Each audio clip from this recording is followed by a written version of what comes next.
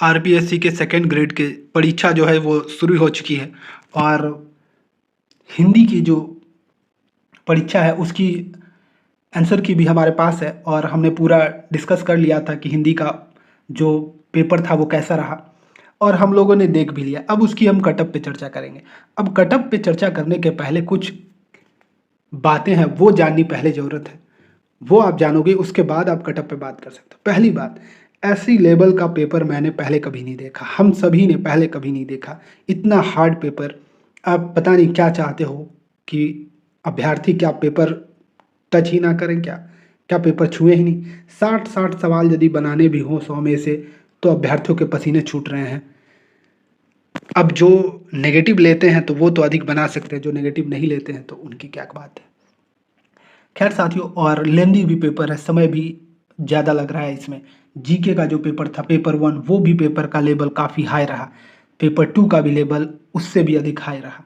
तो इतने tough paper आप सेट कर रहे हो तो अभ्यर्थियों के पसीने आप छुड़ाना चाहते हो, बात तो एक यही दिख रही है। खैर एक तो बात ये रही। अब दूसरी बात ये है कि मैंने देखा है अधिकतर बड़ी-बड़ी कोचिंग संस्थानों के अध्यापकों ने, टीचर्स ने कटअप को 350 के पार पहुंचा दिया है।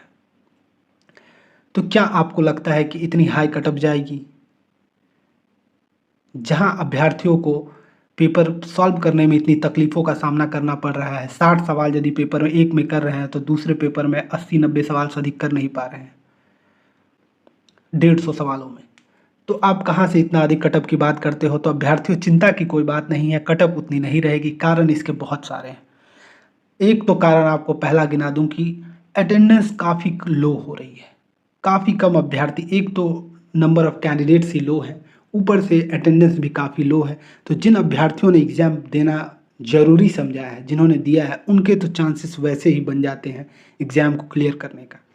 अब बात है कि आपने कैसी तैयारी की थी और कितना आप लोगों ने सही किया है। तो अब हम उस पे चर्चा करते हैं। तो साथियों, एक तो मैंने कटअप बताने के पहले कुछ क्राइटेरिया बता दी है कि ये सारे क्राइटेरियाज़ हैं जो कि कटअप को डिसाइड करते हैं। पहला जो है कि अटेंडेंस, अटेंडेंस कितनी थी इस बार की?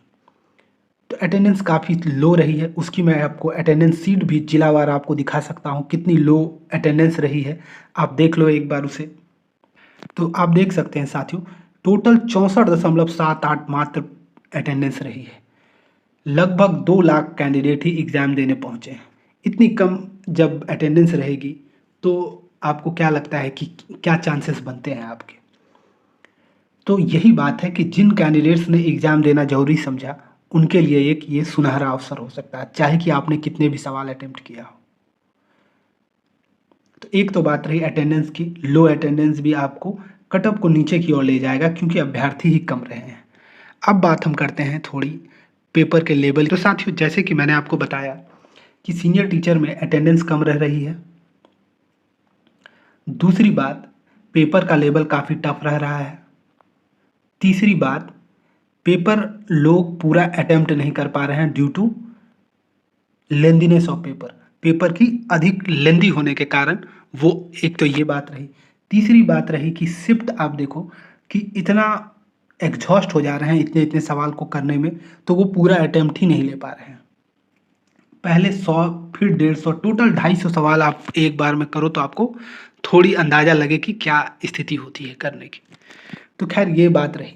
अब हम थोड़ा पिछली बार की गाइडेंस को लेते हैं कि क्या कटअप के पैटर्न रहते हैं इसके। तो आप देखो साथियों, जनरल कैंडिडेट के 336 रहे थे कटअप, ईडब्ल्यूएस के 323, एससी के 301, एसटी के 276, ओबीसी के 333, एमबीसी के 310। तो ये कटअप रहे थे पुरुषों के। महिलाओं के भी एमबीसी की आप दे सकते हो 300 कटअप थी।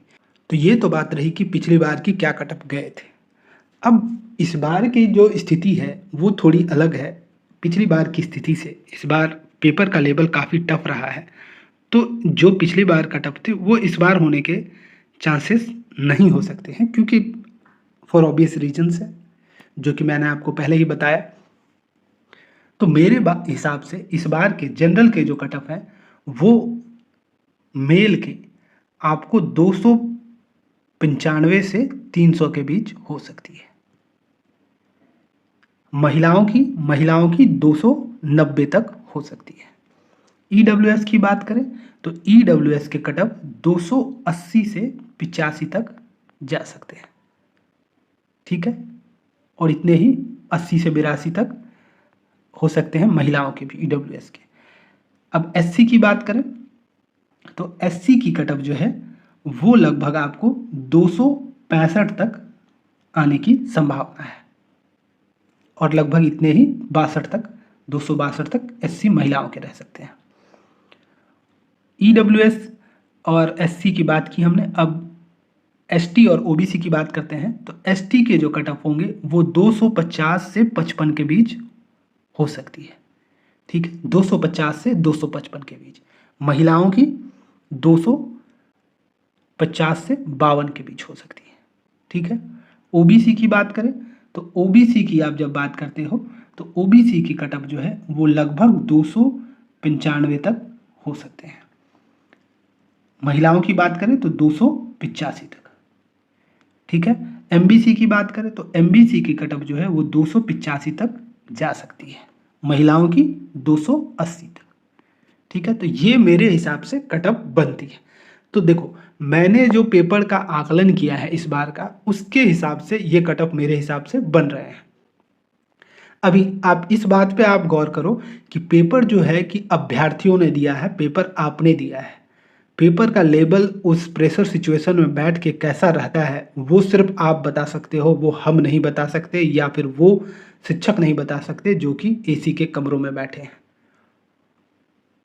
तो मेरे दोस्तों, आपने पेपर दिया है, आपका क्या मूल्यांकन है वो हमें जानना बहुत आवश्यक है। तो उसके लिए क्या करना है, उसके लिए सबसे पहला जो काम आप करो वो तो आप पहले चैनल को आप सब्सक्राइब कर लो, ताकि हमारा जो कम्युनिकेशन चैनल बने और हम एक दूसरे से आदान प्रदान करें। एक तो ये बात रही।